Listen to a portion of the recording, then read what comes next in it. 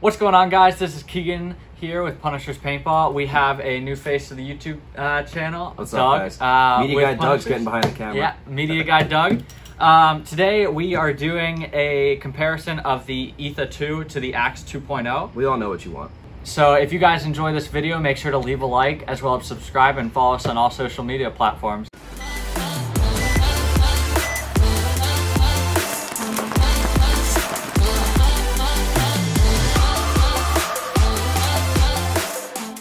Alright guys, so first on the comparison between the Etha 2 and the Axe 2.0, we are going to start out with the barrel like we always do. So Doug, why don't you tell me about the barrel on the Axe? So the Axe 2.0 comes with now the updated two-piece barrel, which makes it a much better competitor against the Etha 2. So for me, I think it's kind of a wash because they look to be about the same length, I think, right? Yeah, so the barrels are the same length. They're both a 14-inch two-piece barrel. 688 is mine. Is yours 689? Yours is a 688. Planet Eclipse always goes with the 689 rather than the 88 barrel sizes. Overall, the barrels are very similar. It really comes down to the porting. Yeah. You have the spiral porting on the Axe 2.0 barrel versus on the Etha 2 barrel, you have just the linear porting. Personally, I like the linear porting more. I like the way it looks and sounds better. I like the spiral porting better on this. For one, it reminds me of the Freak system, and for two, I think you just get better coverage, kind of all around the barrel. Yeah. And also, I prefer that this is a 688 because trending with paintballs right now is that everything is smaller. So I think a 689, while it's only a difference of 0.001, still, I would still rather go with the smaller thousandths of an inch. So, but overall, pretty similar. Really, there isn't much of a difference between the barrels. More or less. What about inserts and thread? So inserts and thread, both are auto-cocker threaded. The threading on the Planet Eclipse barrel, it's actually a reverse thread, so that rather than having it righty-tighty, lefty-loosey, for the actual barrel, it's reverse threaded. That way, when you are screwing in the barrel to the gun, you don't accidentally lock the barrel pieces together. It almost looks like, I'm gonna see this. Almost looks like your barrel back though is longer than the barrel back for my choice of gun. So that might actually kind of help direct your shot for longer than mine would. It could. Let's put it right there next to each other. I think it looks like you're right. By roughly an inch. So it looks like the Etha 2's bore is about an inch longer. Whether or not that really affects the shot of the gun, you could argue. Who knows? We'll have to do another video on that. Yeah, maybe a new video idea. All right, so next up, let's talk body composition, shall we? So what the materials are, what it's made of. So for the Axe 2.0, you get a full metal construction. This is all aluminum, I believe? Yep.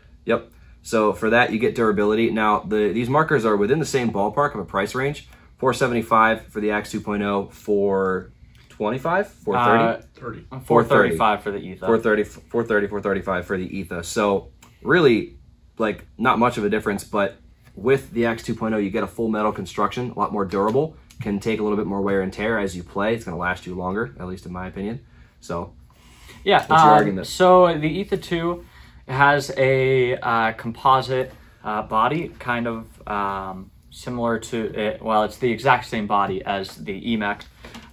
The nice thing about the body is there's a lot you can do with it. You can get different bodies. For the trigger frame, haven't seen anyone snap one or anything yet. I actually have. You have? When I was coaching Ohio State 2 years ago, we had a kid start and he had an Etha 2. He went to dive into the snake and cracked that right in half. So that can be a possibility, although I doubt that it happens super often. The nice thing is you have a metal shrouding inside of the upper body, so that you're not putting all this pressure through and it's just going to break the plastics of the Etha 2.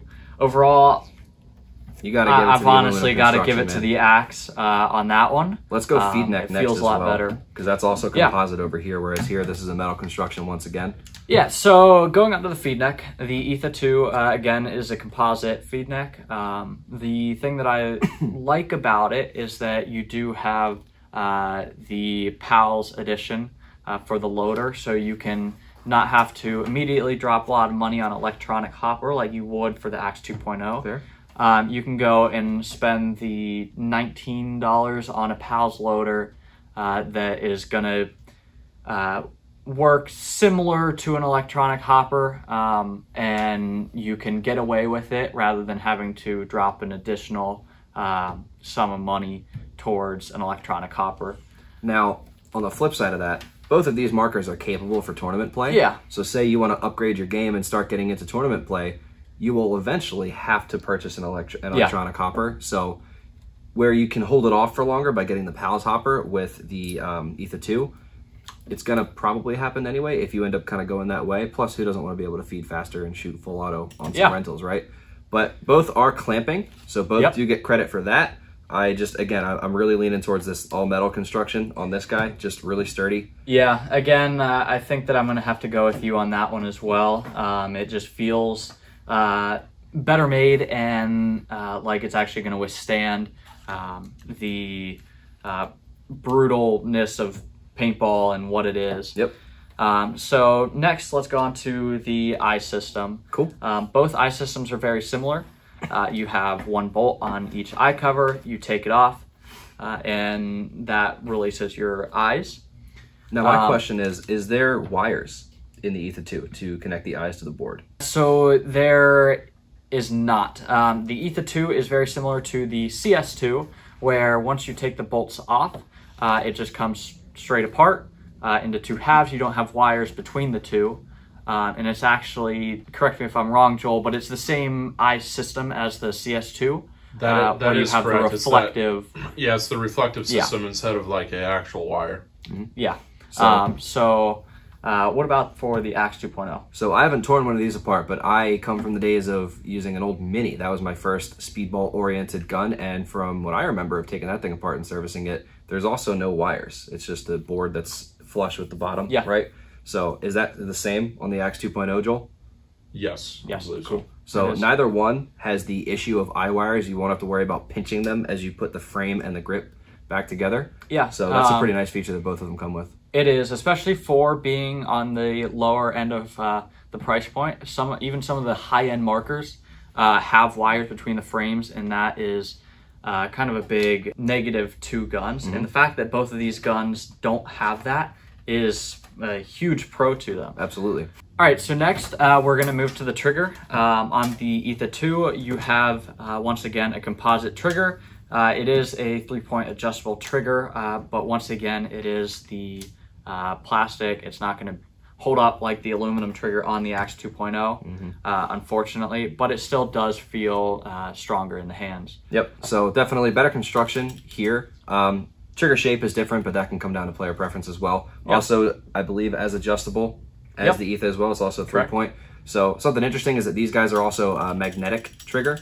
That's what this little guy is on the back here. I don't believe that's, I think you're micro switch in that guy.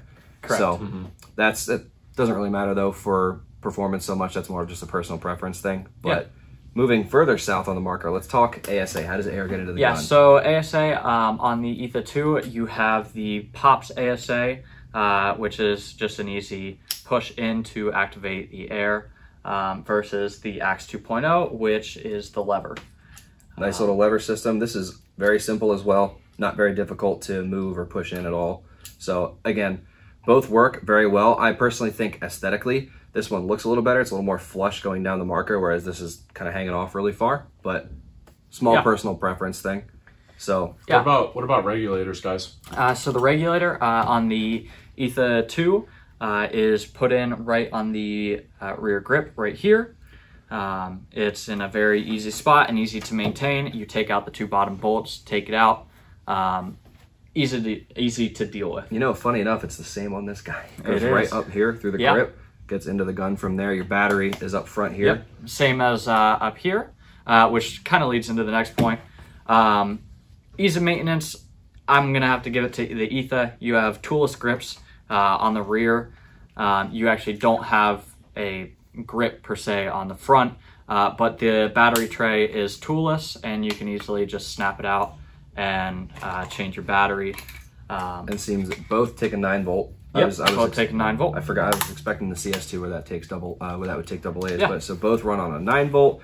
I will give you that this is screws in here, but the rubber on this just kind of feels a little better. Plus you get rubber on the front of this guy. So for me, in my hands, that feels a little bit more secure. But so next let's go to the bolt. So what can you tell me about the bolt on the axe? So the bolt on this guy, let me pop it out here real quick. Pretty easy, just one button and then the rest of it comes out. Sorry, buddy. You're fine. But I mean, this bolt system hasn't changed. This is the same exact bolt that I saw in the Mini. The only thing that really changed is the poppet in here. This is technically a poppet gun, even though it looks exactly, it's a spool, it's a closed system. But I mean, what's the operating pressure for these guys? Do you know, Joel? I frankly don't know. Yeah, I'm not sure. But they're probably pretty close to each other. But I think the bolt for not the EMAC. I think Etha? The bolt for the Etha 2 has a little more notoriety. Why don't you talk about that? Yeah, so the bolt on the Etha 2, it's the Gamma Core. It's the one featured in the EMAC, the Etha 2, as well as the 170R. So you're getting a bolt that is featured in a $800 gun, in a gun that is half the price, coming in right around the $435 mark. So being said that it is in a bunch of different guns, it's reliable, and Planet Eclipse is very confident that it's a solid bolt, a solid constructed bolt. So I'm gonna have to give it once again to the Etha 2 on that one. I'll give you that. I will give you that. That is a bolt with a lot more of a name behind it. This is one that's just been kind of tried and true, but nothing too terribly special about it. Yeah. And I like to point, so I just looked, operating pressure on the Axe 2.0 is about 190 PSI. The regular Gamma Core operating pressure is about 135 PSI. Yeah, so a pretty big difference between those two. Yep. You probably get through more paint on the same size tank on that guy than you would here. Yeah. Next thing, ergonomics. How's it feel in your hands, Doug? So, I mean, I actually will, here, let me hold that one for 1 second. I will give credit. I don't mind how this feels, this big gap, and I can wrap my thumb around this. I'm not normally one to do that when I play, but this is extremely sturdy and wide in my hand in a good way. Whereas here, now people have complained about the Mini being pretty small, like very compact. This is improved on that. This is, for me, a pretty good distance between my hands when I want to play, and I do like all the kind of the more vulcanized rubber that's on here, but I might still give ergonomics to the Etha 2. I'm gonna have to agree with you on that one, just because of the fact that it is wider spread and you can actually get your thumb behind the front grip. But if you're a smaller kid or anything, I would have no problem with the Axe 2.0 or the Mini. What about upgradability? Upgradability. I think, so both come down to really just the barrel, I would say. I know that you can get an upgraded bolt for the Axe 2.0. For the Etha, other than the barrel, you can't really do anything unless you do it aesthetically. Yep. So that one's gonna have to go to the Etha, or not the Etha, to the Axe 2.0. To the Axe 2.0 for upgradability.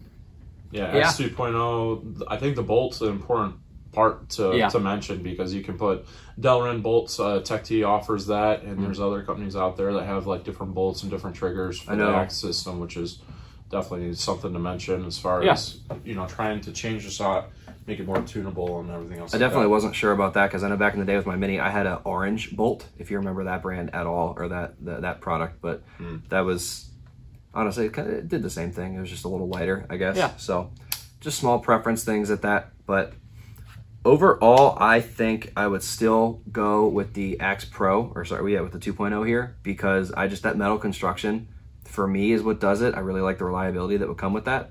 So for me, this is my winner still.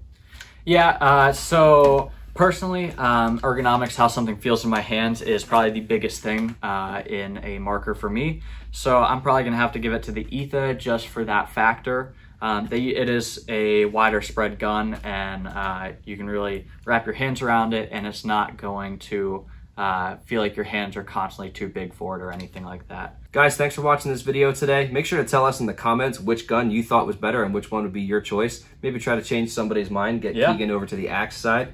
But if you enjoyed this video, make sure to drop a like, make sure to subscribe to our YouTube channel, and make sure to follow us on all social media, Instagram, Facebook, and TikTok. And we'll see you guys in the next one. Hope you guys enjoyed.